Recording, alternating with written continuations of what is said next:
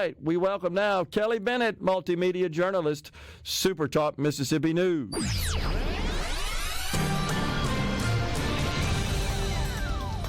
Happy Friday, guys. Appreciate it, Kelly. Same to you. What is going on? We got more severe weather moving across the Magnolia State after that bout that's coming in this weekend, after that bout we had earlier this week. Yeah, that's where I wanted to start. And we just got an update from the governor and MEMA this morning. The National Weather Service has now confirmed that 2 tornadoes touched down in Mississippi on Tuesday.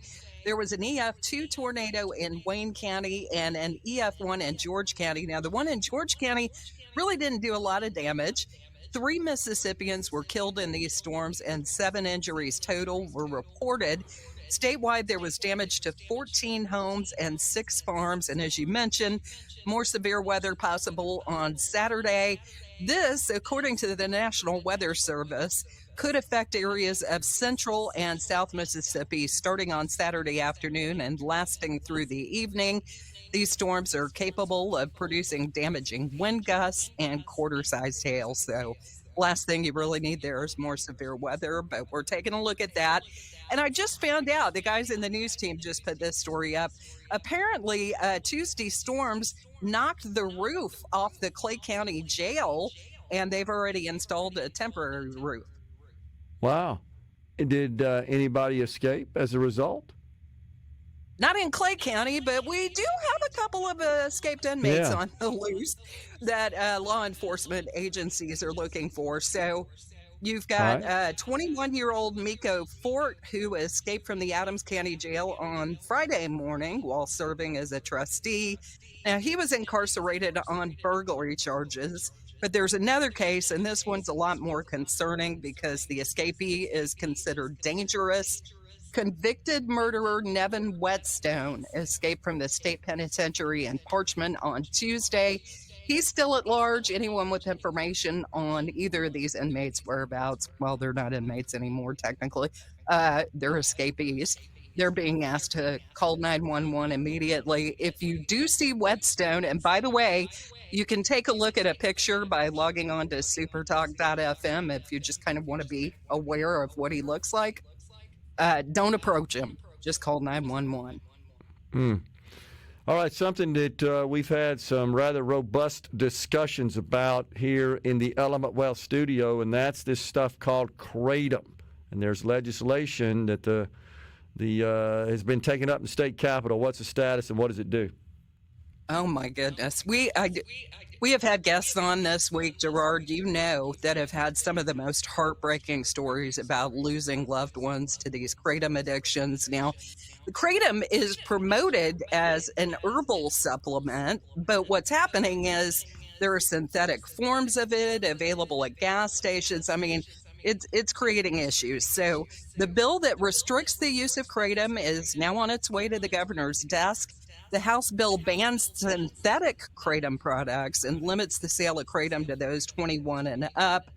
Angie Fletcher, one of those people we were talking about, she lost her brother, Matt Everett, to a kratom addiction. Matt, however, was once Citizen of the Year for Jones County, with the peak of his career falling during the aftermath of Hurricane Katrina. And during his last year of life, he presented with massive weight loss, severe anxiety, memory deficits, depression, extreme mood changes, paranoia, excessive crying spells.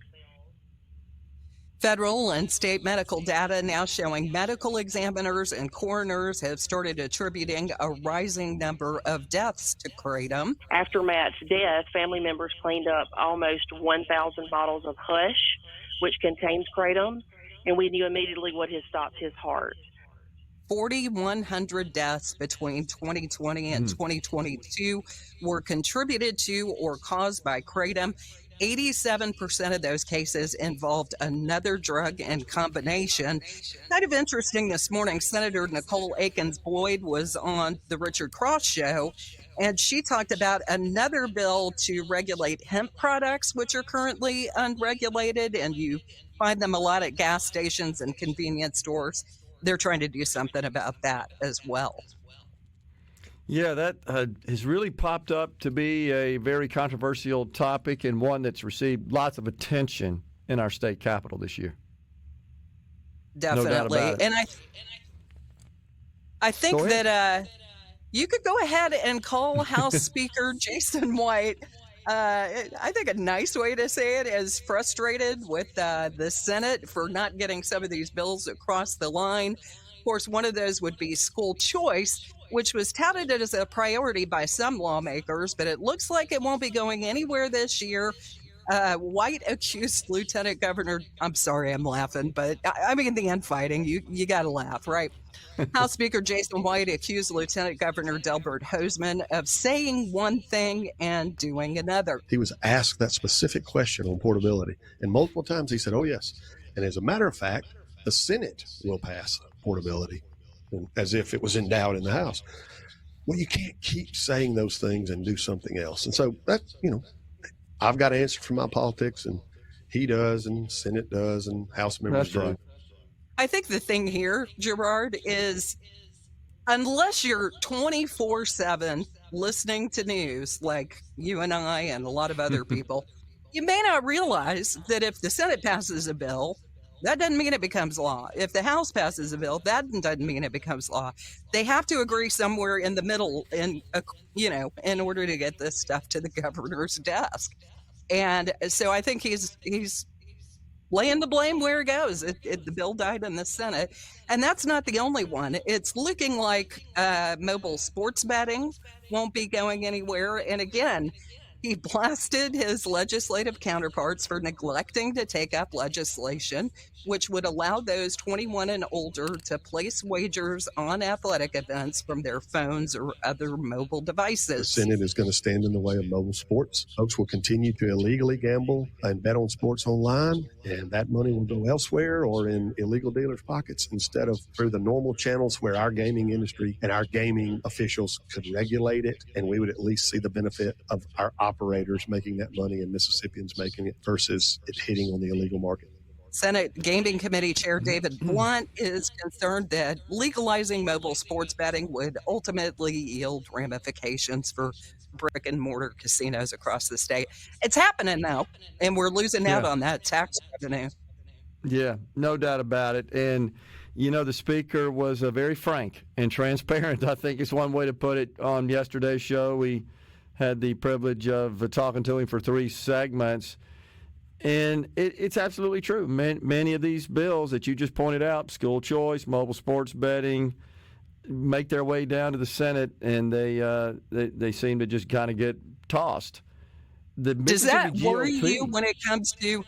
Does that worry you when it comes to tax reform, which was the big one that was number 1 on the governor's agenda this legislative session?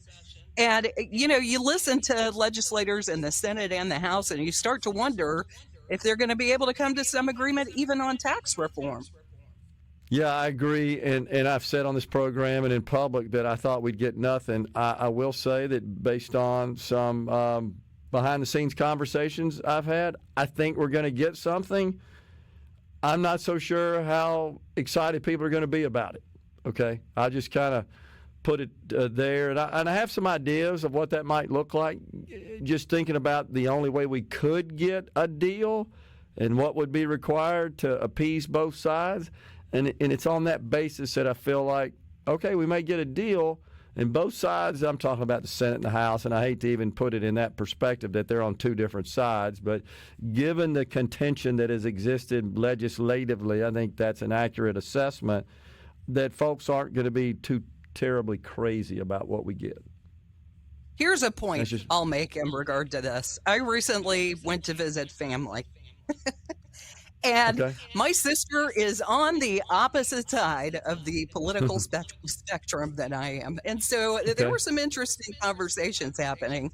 And I just think if we all sit down at the end of the day, especially in regard to tax reform, I think the Senate and the House want the same thing. They just disagree on how to get there. Well, I think that's maybe pushing it a bit. The House's main goal is, of course, full elimination of the income tax, and the Senate's goal is to cut taxes but stop short of full elimination due to concerns about our future spending demands and our future expenses. Yeah, but the Senate has said just because we don't phase it out completely this year doesn't That's mean right. we can't take it up again next That's year. absolutely And that's true. That's absolutely true. I totally agree. Kelly, always good talking to you. Appreciate you coming on. Thanks a lot, guys. Don't forget time change this weekend. Yep. Coming right back.